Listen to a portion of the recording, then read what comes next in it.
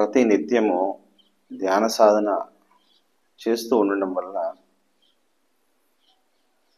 మనము మన యొక్క గత జన్మల్ని కూడా తెలుసుకుంటాం. అనేక గత జన్మల్ని చూసుకుంటాము. ఒక జన్మలో మేల్గా ఉంటాము, ఒక జన్మలో ఫీమేల్గా ఉంటాము, ఒక్కో జన్మలో ఒక్కొక్క రోల్లో ఉంటాము, ఒక్కో జన్మలో ఒక్కొక్క పరిశోధనలో ఉంటాము. సో ఈ విధంగా అనేక జన్మల యొక్క పరంపర తెలుసుకున్నప్పుడు మనకి ఏం అర్థమవుతుందంటే, ఈ జన్మలో మనము ఇలా ఎందుకున్నామో అర్థమవుతుంది.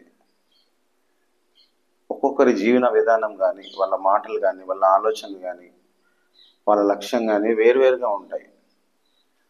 మన భావాలు కానీ అన్నీ వేరువేరుగా ఉంటాయి. సో దానికి కారణం ఏంటంటే, మన గత జన్మల్లో కూడా మనం అదే వర్క్లో ఉన్నాం, అదే రీసెర్చ్లో ఉన్నాం.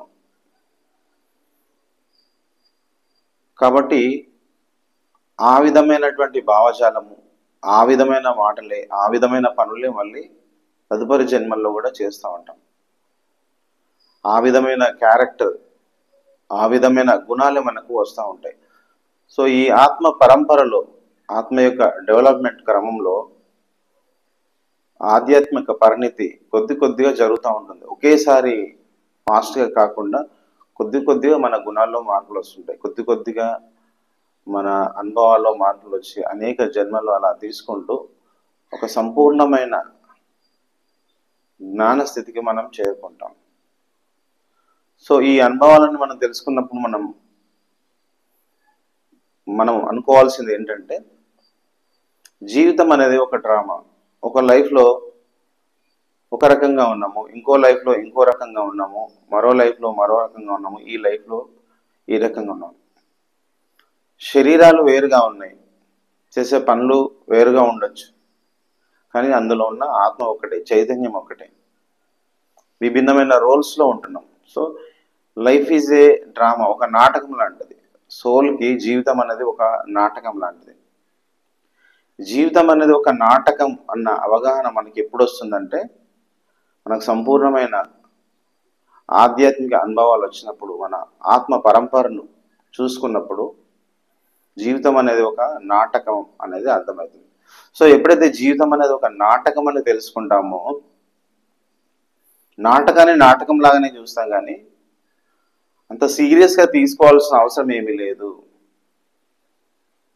ఆ నాటకాన్ని ఆడేటువంటి లోపడున్న చైతన్యము ప్రతి రోల్కి కూడా ఎప్పుడు సాక్షిగా ఉంటుంది. ఆ రోల్ తనే అయిపోదు. ఉదాహరణకి సినిమాలో ఒక సినిమా యాక్టరు ఒక సినిమాలో ఒక రోల్లో ఉంటాడు, ఇంకో సినిమాలో ఇంకో రోల్లో ఉంటాడు, ఇంకో సినిమాలో ఇంకో రోల్గా ఉంటాడు. ఆ క్యారెక్టర్ మారుతుంది, కానీ నటుడు అతనే. ఎప్పుడు ఆ క్యారెక్టర్ ఆ నటుడు అయిపోడు, ఆ ఎమోషన్ తానైపోడు, ఎమోషన్స్ మారిపోతూ ఉంటాయి. సో మన జీవితంలో కూడా జరిగే అన్ని సంఘటనల వెనకాల ప్రతిదానికి కూడా ఒక గత జన్మ సంబంధ కారణం ఉంటుంది. అవన్నీ కూడా మనం ఎప్పుడు సాక్షిగా ఉంటాం. ఎమోషనల్గా అంత డిస్టర్బ్ కాము. ప్రతిదీ కూడా ఎందుకు జరుగుతుందో మనకు అర్థమవుతుంటుంది. మనం కలిసే వ్యక్తులు కానీ, మనం చేసే పనులు కానీ, ఇవన్నిటి వెనకాల కూడా గత జన్మ సంస్కారాలు ఉంటాయి. ఈ విషయాన్ని ఎప్పుడైతే అర్థం చేసుకుంటామో మన జీవితంలో ఒక చక్కటి బ్యాలెన్స్ ఏర్పడుతుంది. జీవితం నాటకం అనే భావనతో సాక్షిగా జీవిస్తూ ఉంటాము. చాలా సంతోషంగా, హాయిగా, ఆనందంగా జీవిస్తాము. Thank you.